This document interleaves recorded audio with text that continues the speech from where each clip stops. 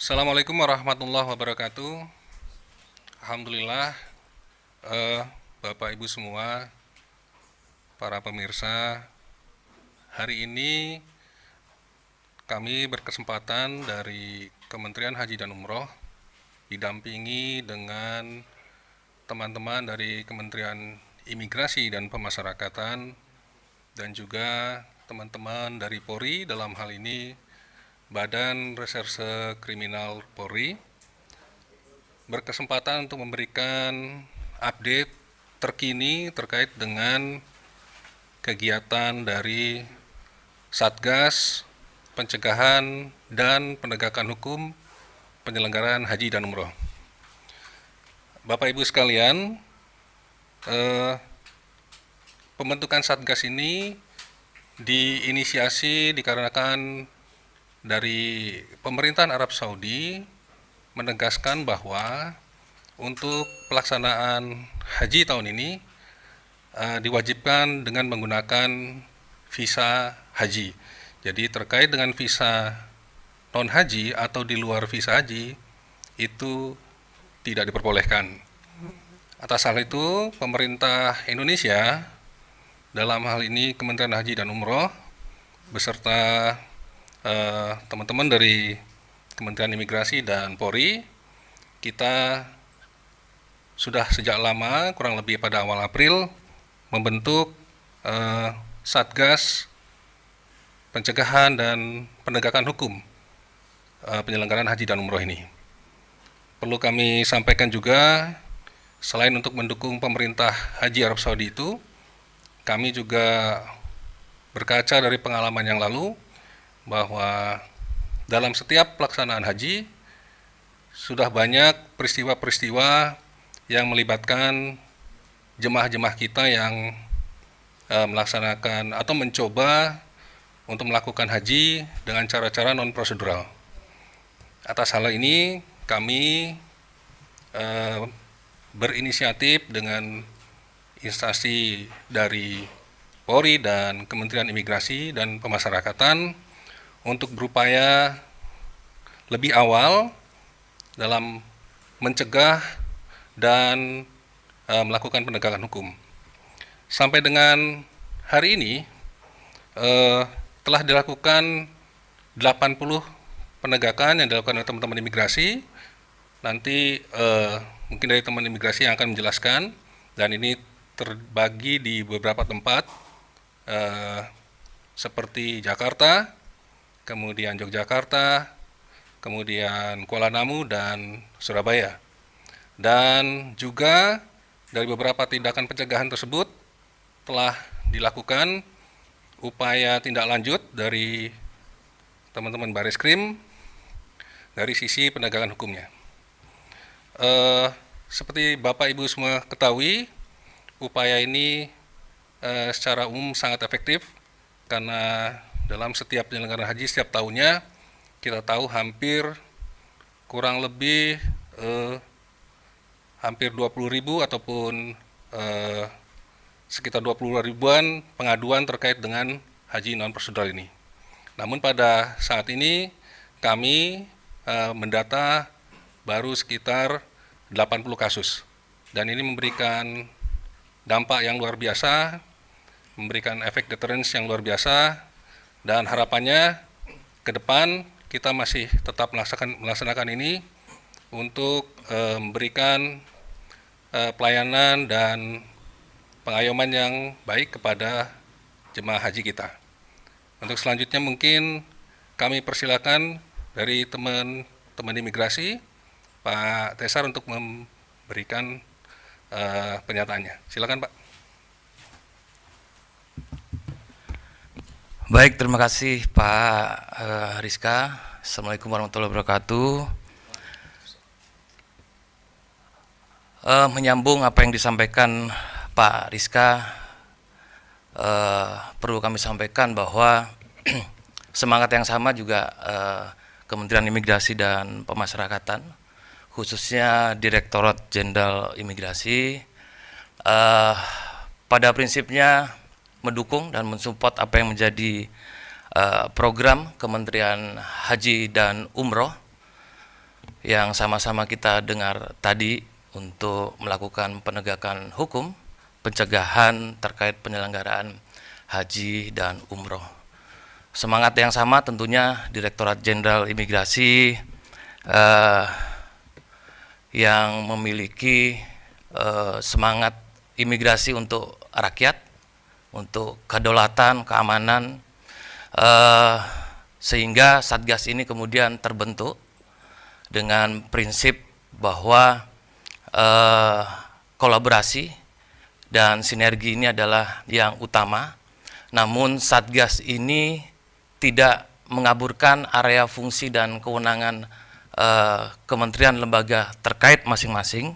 Bahkan Satgas ini adalah menguatkan, saling menguatkan semua fungsi yang terkait dalam Satgas ini.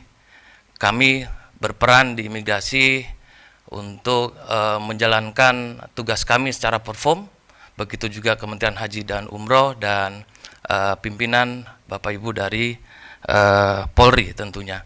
Nah, menyambung apa yang disampaikan Pak Rizka tadi, bahwa imigrasi sudah melakukan satu progres atas Satgas yang dibentuk, yaitu berupa penundaan, ya, penundaan warga negara Indonesia yang diduga akan melaksanakan haji non prosedural, ya tentu dengan berbagai macam modus, ya.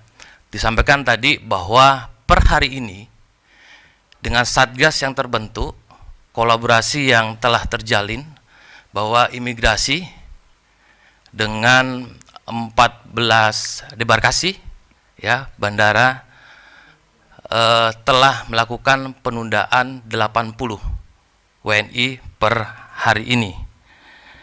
Dan dapat kami sampaikan bahwa penundaan ini merupakan identifikasi bersama-sama yang kemudian diperdalam oleh masing-masing pihak. Tentunya di imigrasi juga ada profiling dan secondary clearance. Kita identifikasi ada percobaan baru 55 untuk melakukan kegiatan haji non prosedural.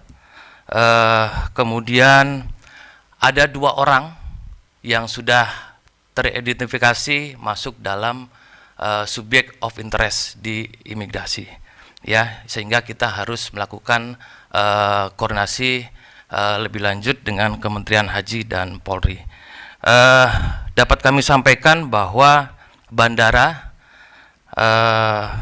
atau wilayah yang melakukan penundaan, Soekarno-Hatta per hari ini 57, ya, Medan, Kuala Namu per hari ini 5, Bandara Juanda dari Surabaya 15, dan YIA di Yogyakarta adalah 3 penundaan. Ya, itu adalah hasil kolaborasi kami melalui Satgas ini, dan tentunya kami berdiri hadir sebagai wujud atau bentuk bahwa negara hadir untuk melindungi warga negaranya. Jangan sampai warga negara Indonesia yang menjadi saudara kita kemudian terlantar di sana, menjadi korban di negara Arab Saudi dan seterusnya, sehingga akan menyulitkan semua pihak. Itu mungkin singkat yang bisa saya sampaikan. Terima kasih.